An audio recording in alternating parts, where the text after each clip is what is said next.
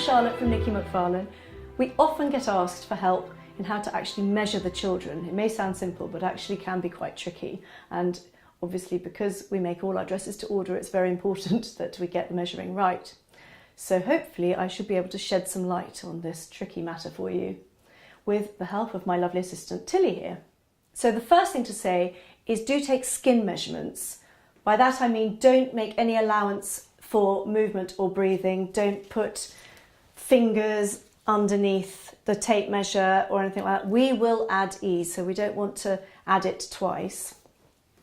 Now, what I'm going to do with Tilly here is I'm going to put a ribbon round her waist, and that will help mark where her waist actually is. On children, before they've got a defined waist, it's sometimes quite difficult and you can get measurements overlapping. So I'll just put a ribbon around her waist there. It's about level with her tummy button. And if you're ordering a dress from our Signet collection, our ready-to-wear collection, there's really only 4 basic measurements that we will need. The first is round the waist, so literally round the ribbon. We prefer to have measurements in centimetres, but if you don't have a centimetre tape measure, we can convert it. And I'm going to measure round her chest. So this is really the widest point of her chest, there. Now I'm going to measure across the front of her chest. So it's really where, if you imagine where the armhole, where the arm meets the body. So you need to measure about what would be halfway down the armhole from side to side, like that. I'm going to measure across her back. So again, where her arm meets the rest of her body. So about halfway down from side to side, like that. The back nape, we talk about this. Now the back nape is where I've put the sticker. It's the sort of knobbly bit at the top of her spine, or it's level with the highest point of her shoulder, which is about here. You can see that's level. So if I put the sticker there. Now back nape to waist is here down to the ribbon. So in her case it's 26 centimetres. And then we would also need back nape down to the ankle bone.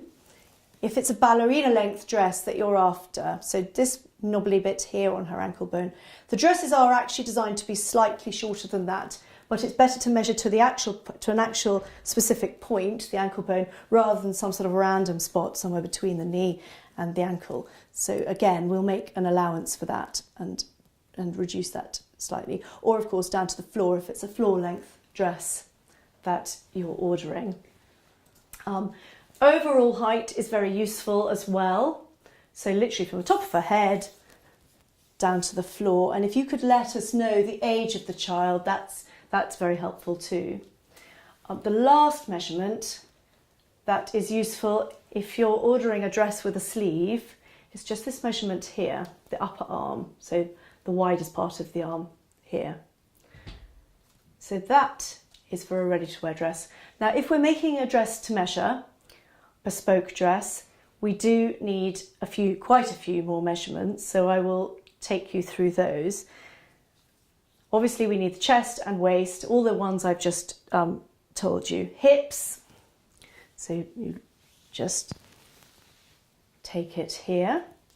You will be given this chart here, which will show you the measurements, will help you to take those measurements, but this is the first one. So hips, sleeve length, so we'll go from where the arm meets the shoulder, so this point here, and then you need to bend the arm, because of course if we just did it straight, when they bend their arm, the sleeve would be halfway up the arm, so you need to do it from here and then around the back and up to where you'd want the cuff ending. This is usually more applicable for a boy, but I'll show you here on the lovely Tilly.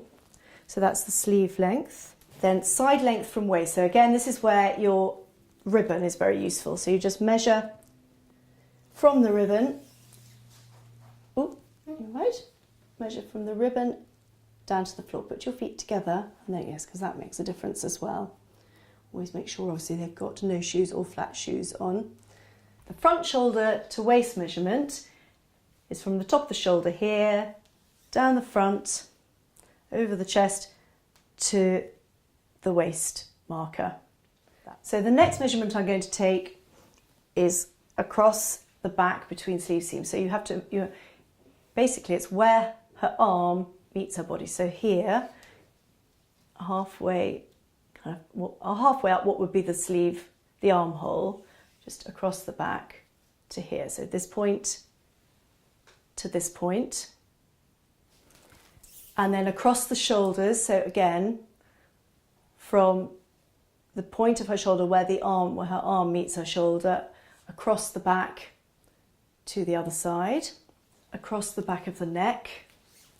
It's literally just across here, that measurement there. The next measurement is underarm to the waist. So again, we're going to do it from sort of where the armhole would be, not right up under here, but sort of where the armhole would be. So really following her vest down to your waist ribbon. And then the next one, waist down to the knee. So take it from the waist ribbon down to her knee. So feel where her kneecap is and it's level with that. And then for boys, this is usually not relevant for girls, but for boys, inside leg. So we just measure from here down to the floor. Now outside leg for trousers, just move your arm forward, Tilly. From the waist down to the ground, and then the crotch measurement is literally you go from your waist ribbon through the legs, turn around, and up the other side to the waist ribbon again, and it's that measurement there. Then if you can bear it, do the whole lot again, because sometimes mistakes are made, and also the children do things like they breathe in or they puff their tummy right out. So another good hint for this is to talk to them about what they have for breakfast, what they're doing for half term, just something just to take their mind off it so they're not conscious of being measured. And just particularly waist and chest, just take those measurements 2 or 3 times if you're not sure, because there can be quite a big fluctuation. The other thing to say is if the child becomes distressed, just leave it and try it again later, because you won't get correct measurements if they're not standing still and wriggling and are upset. And hopefully then you should have dresses and outfits that fit perfectly.